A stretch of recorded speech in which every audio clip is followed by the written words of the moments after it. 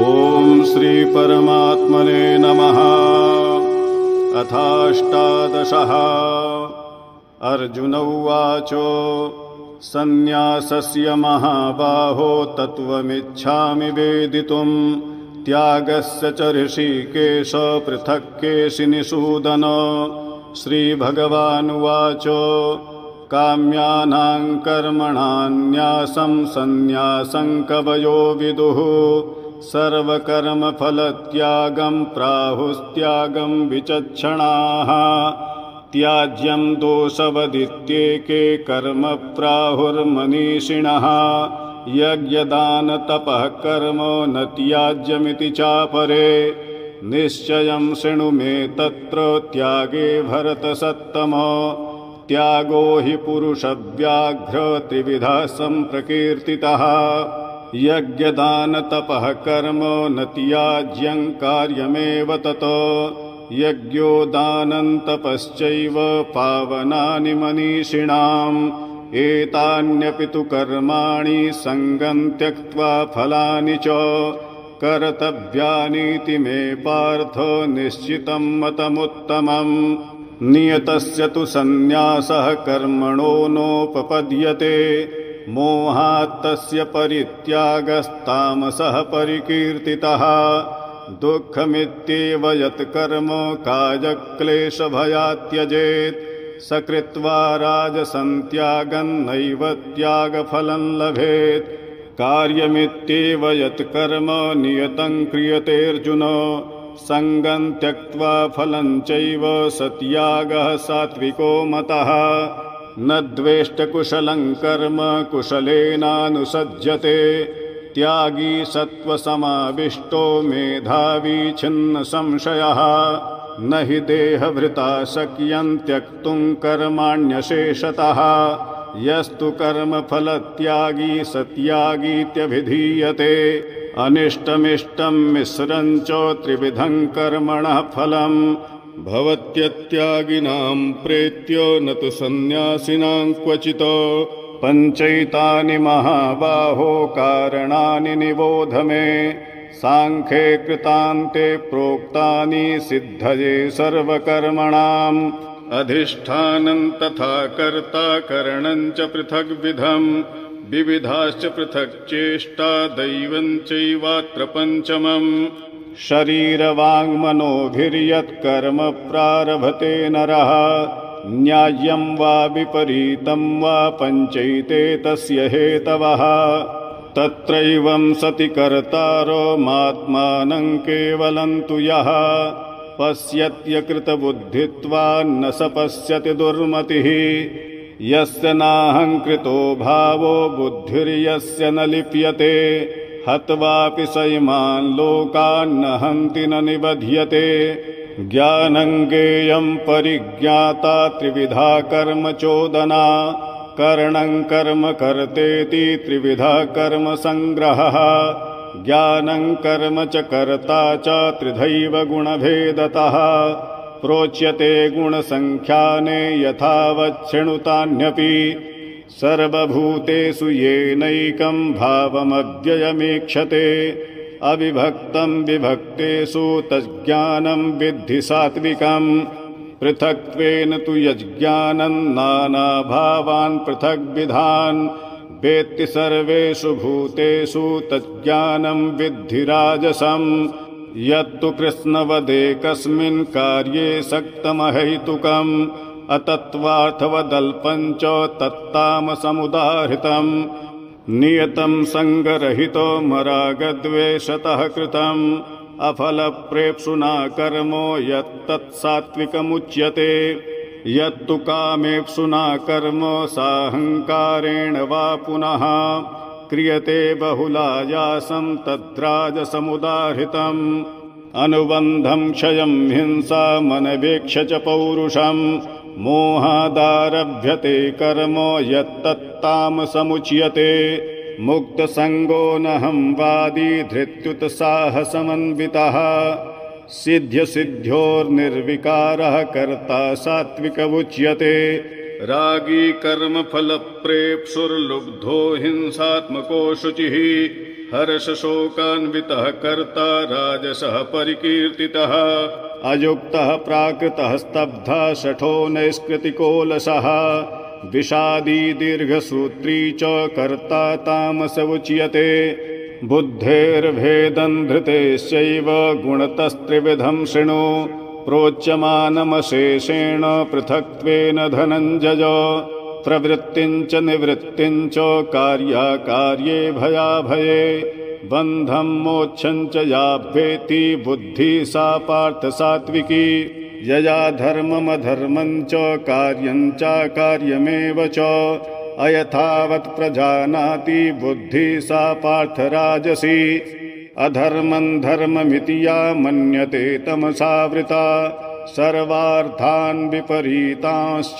बुद्धिः सा पार्थ तामसी धृत्या यया धारयते मनः प्राणेन्द्रियक्रियाः योगेनाव्यभिचारिण्या धृतिः सा पार्थ सात्विकी यया तु धर्मकामार्थान् धृत्या धारयतेऽर्जुन प्रसंगेन फलाकांक्षी धृतिः सा पार्थ राजसी यया स्वप्नं भयं शोकं विषादं मदमेव च न विमुञ्चति दुर्मेधा धृतिः सा पार्थ तामसी सुखं त्विदानीं त्रिविधं शृणु मे भरतर्षभ अभ्यासाद्रमते यत्र दुःखान्तं च निगच्छति यत्तदग्रे विषमिव परिणामेऽमृतोपमम् तत्सुखं सात्विकं प्रोक्तमात्मबुद्धिप्रसादजम् विषयेन्द्रियसंयोगाद्यत्तदग्रे मृतोपमम् परिणामे विषमिव तत्सुखं राजसं स्मृतम् यदग्रे चानुबन्धे च सुखं मोहनमात्मनः निद्रालस्य प्रमादोत्थं तत्तामसमुदाहृतम् न तदस्ति पृथिव्यां वा दिवि देवेषु वा पुनः सत्वं प्रकृतिजैर्मुक्तं यदेभिः स्यात् त्रिभिर्गुणैः ब्राह्मणक्षत्रियविषां शूद्राणां च परन्तप कर्माणि प्रविभक्तानि स्वभावप्रभवैर्गुणैः शमोदमस्तपः शौचं क्षान्तिरार्जवमेव च ज्ञानं विज्ञानमास्तिक्यं ब्रह्मकर्म स्वभावजं शौर्यं तेजो धृतिर्दाक्ष्यं युद्धे चाप्यपलायनं दानमीश्वरभावश्च क्षात्रं कर्म स्वभावजं कृषिगौरक्ष्यवाणिज्यं वैश्यकर्म स्वभावजं परिचर्यात्मकं कर्म शूद्रस्यापि स्वभावजं स्वे स्वे कर्मण्यभिरतः संसिद्धिं लभते नरः स्वकर्मनिरतः सिद्धिं यथा विन्दति तच्छृणु यतः प्रवृत्तिर्भूतानां येन सर्वमिदं ततं स्वकर्मणा तमभ्यर्च सिद्धिं विन्दति मानवः श्रेयान् स्वधर्मो विगुणः परधर्मात् स्वनुष्ठितात् स्वभावनियतं कर्म कुर्वन्नाप्नोति किल्बिषम् सहजं कर्म कौन्तेय सदोषमपि न त्यजेत् सर्वारम्भा हि दोषेण धूमेनाग्निरिवावृताः असक्तबुद्धिः सर्वत्र जितात्मा विगतस्पृहः नैष्कर्म्यसिद्धिं परमां सन्न्यासेनाधिगच्छति सिद्धिं प्राप्तो यथा ब्रह्म तथाप्नोति निबोध मे समासेनैव कौन्तेय निष्ठा ज्ञानस्य या परा बुद्धिया विशुद्धया युक्तो धृत्यात्मानं नियम्य च शब्दादीन् विषयांस्त्यक्त्वा रागद्वेषौ व्युदस्य च विविक्तसेवी लघ्वाशी यतवाक्कायमानसः ध्यानयोगपरो नित्यं वैराग्यं समुपाश्रितः अहङ्कारं बलं दर्पं कामं क्रोधं परिग्रहं विमुच्य निर्ममः शान्तो ब्रह्मभूयाय कल्पते ब्रह्मभूतः प्रसन्नात्मा न शोचति न काङ्क्षति समः सर्वेषु भूतेषु मद्भक्तिं लभते पराम् भक्त्या मामभिजानाति यावान्यश्चास्मि तत्त्वतः ततो मां तत्त्वतो ज्ञात्वा विशते तदनन्तरं सर्वकर्माण्यपि सदा कुर्वाणो मद्व्यपाश्रयः मत्प्रसादादवाप्नोति शाश्वतं पदमव्ययम् चेतसा सर्वकर्माणि मयि सन्न्यस्य मत्परः बुद्धियोगमुपाश्रित्य मच्चित्तः सततं भव मच्चित्तः सर्वदुर्गाणि मत्प्रसादात् तरिष्यसि अथ चेत्त्वमहङ्कारान् न श्रोष्यसि विनङ्क्ष्यसि यदहङ्कारमाश्रित्य न योत्स्य इति मन्यसे मिथ्येष व्यवसायस्ते प्रकृतिस्त्वां नियोक्ष्यति स्वभावजेन कौन्तेयो निबद्धः स्वेन कर्मणा कर्तुं नेच्छसि यन्मोहात् करिष्यस्य वशोऽपि ततो ईश्वरः सर्वभूतानां हृद्देशेऽर्जुन तिष्ठति भ्रामयन् सर्वभूतानि यन्त्रारूढानि मायया तमेव शरणं गच्छ सर्वभावेन भारत तत्प्रसादात् परां शान्तिं स्थानं प्राप्स्यसि शाश्वतम् इति ते ज्ञानमाख्यातं गुह्याद् गुह्यतरं मया विमिश्रैतदशेषेण यथेच्छसि तथा कुरु सर्वगुह्यतमं भूयः शृणु मे परमं वचः इष्टोऽसि मे दृढमिति ततो वक्ष्यामि ते हितं मन्मना भव मद्भक्तो मद्याजी मां नमस्कुरु मामे वैस्यसि सत्यन्ते प्रतिजाने प्रियोऽसि मे सर्वधर्मान् परित्यज्य मामेकं शरणं व्रज अहं त्वां सर्वपापेभ्यो मोक्षयिष्यामि मा शुचः इदं ते न तपस्काय न भक्ताय कदाचन न चाशुश्रूषवे वाच्यन्न च मां योऽभ्यसूयति य इमं परमं गुह्यं मद्भक्ते स्वविधास्यति भक्तिं मयि परां कृत्वा मामेवैष्यत्य संशयः न च तस्मान् मनुष्येषु कश्चिन्मे प्रियकृत्तमः भविता न च मे तस्मादन्यः प्रियतरो भुवि अध्येष्यते च इमं धर्म्यं संवादमावयोः ज्ञानयज्ञेन तेनाहमिष्टः स्यामिति मे मतिः श्रद्धावाननसूयश्च शृणुयादपि यो नरः सोऽपि मुक्तः शुभान् लोकान् प्राप्नुयात् पुण्यकर्मणाम् कच्चिदेतच्छ्रुतं पार्थ त्वयैकाग्रेण चेतसा कच्चिदज्ञानसम्मोहः प्रनष्टस्ते धनञ्जय अर्जुन उवाच नष्टो मोहस्मृतिर्लब्धा त्वत्प्रसादान्मयाच्युत स्थितोऽस्मि गतसन्देहः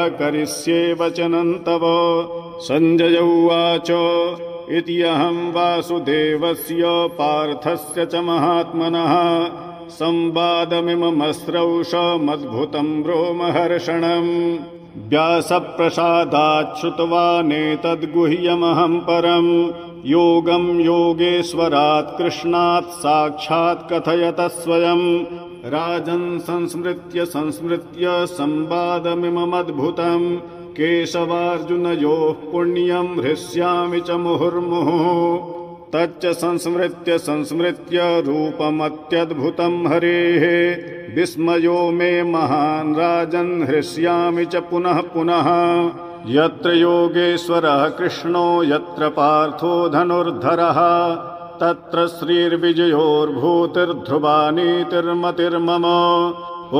श्रीमद्भगवद्गीतासूपनिषत्सु ब्रह्मविद्यायां योगशास्त्रे श्रीकृष्णार्जुनसंवादे मोक्षसंन्यासयोगो नामाष्टादशः। बोलिए श्री कृष्णचंद्र भगवान की जय। शान्ताकारं भुजगशयनं पद्मनाभं सुरेशं विश्वाधारं गगनसदृशं मेघवर्णं शुभांगं लक्ष्मीकान्तं कमलनयनं योगिभिर्ध्यानगम्यं वन्दे विष्णुं भवभयहरं सर्वलोकैकनाथम्। यदक्षरपदभ्रष्टं मात्राहीनं च यद्भवेत् तत्सर्वं क्षम्यतां देवो प्रसीद परमेश्वरो। अनेन पाठेन भगवान् वासुदेवः प्रीयतान्न मम। धर्मानुरागी सज्जनों, आशा है आप सभी ने बड़े ही प्रेम से इस संपूर्ण 18 अध्याय गीता का श्रवण किया होगा। यह गीता का ज्ञान जो अभक्त है उसे नहीं देना चाहिए, भक्तों के लिए ही यह गीता का ज्ञान है, जैसा कि भगवान श्री कृष्ण ने कहा है। और जिसे भगवान पर प्रेम हो उसके सामने इस रहस्य को कहना चाहिए। और इस पाठ का श्रवण करने से समस्त पुण्य प्राप्त हो जाते हैं, जैसा कि भगवान ने कहा है, श्रद्धावान अनसूयस्य शृण्वादपियो नरः सोपि मुक्ता शुभान लोकान प्राप्नुयात् पुण्य कर्मणाम। जो मनुष्य श्रद्धा युक्त और दोष दृष्टि से रहित होकर इस गीता शास्त्र का श्रवण करेगा, वह भी पापों से मुक्त होकर उत्तम कर्म करने वालों के श्रेष्ठ लोकों को प्राप्त हो जाएगा।